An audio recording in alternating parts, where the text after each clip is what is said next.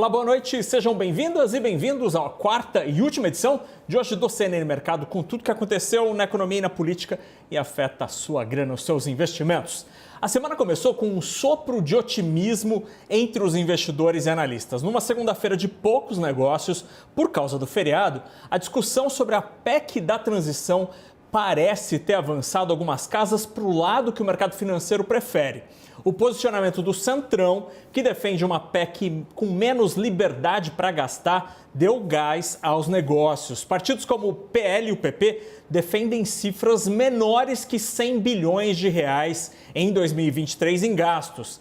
E no meio da tarde, esse clima acabou sendo reforçado por uma notícia publicada pela agência Bloomberg, que cita a perspectiva de que o novo governo poderá adotar uma postura mais conservadora nessa PEC. Segundo a Bloomberg, a equipe de Lula estaria disposta a defender um montante menor. Inicialmente, vamos lembrar, eles defendiam uma cifra de 175 bilhões de reais. Nos negócios, o dia terminou com tudo positivo. Dólar em queda, de volta ao patamar visto antes do segundo turno, e a bolsa em alta na contramão de Nova York. Nos juros, a curva apontou para baixo com todos os vencimentos. Agora a gente vai entre os destaques do dia na bolsa, entre as ações em alta, o setor de varejo, com vários dos papéis no azul. E no noticiário desse setor, dois grandes nomes regionais anunciaram a união dos negócios. A fluminense Casa e Vídeo e a baiana Le Biscuit formarão uma nova empresa que tem quase 400 lojas e deve faturar 3 bilhões de reais no ano de 2023.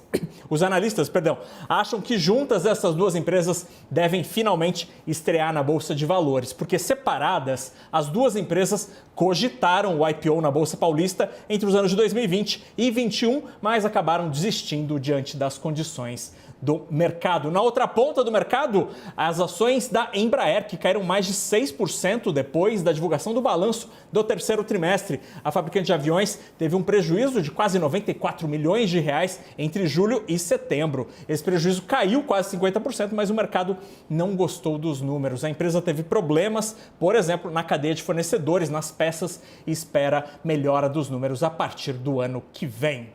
Agora a gente fala de contas públicas porque técnicos do Tesouro Nacional apresentaram nesta segunda-feira uma proposta de mudança nas regras para as contas públicas brasileiras. Esse assunto está em destaque no site da CNN. Esse grupo propõe uma reformulação das regras com o objetivo de controlar a dívida pública.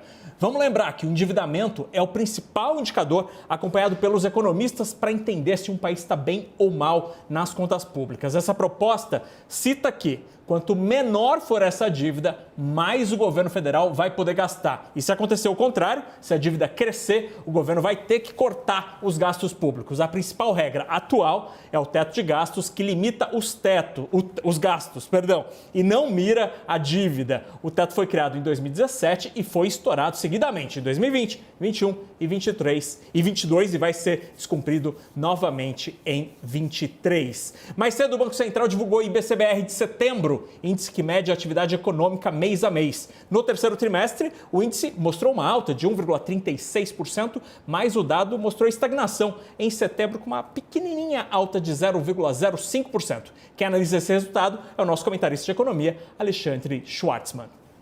Isso vem depois de um indicador negativo, então mostra uma certa perda de fôlego da economia ao longo dos últimos meses, embora o terceiro trimestre ainda mostre expansão, que deve se traduzir no número do PIB na casa de 0,7.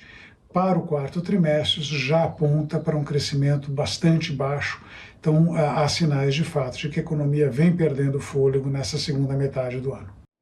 Essa semana tem aniversário, sabe de quem? Do Pix, vai ser na quarta-feira. O sistema de pagamentos que caiu no gosto do brasileiro já tem 26 bilhões de transações em apenas 2 anos de funcionamento. Um levantamento feito pela Febraban, a Federação dos Bancos, é assunto no site da CNN. Nesses 2 anos, nós brasileiros já transferimos a incrível cifra de 12 trilhões e 900 bilhões de reais via Pix. Desde fevereiro, o Pix já é o meio de pagamento mais usado no Brasil, à frente dos cartões de crédito, de débito, boleto, TED e DOCS.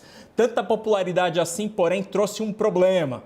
O Pix é alvo dos criminosos e os bancos têm corrido para criar ferramentas de segurança e assim tentar barrar a ação dos criminosos. O CNN Mercado vai ficando por aqui. A gente volta amanhã, às 9h25 da manhã, com Thaís Herédia. E agora você e eu, a gente volta pro CNN Prime Time com Kenzo Matida. Boa noite.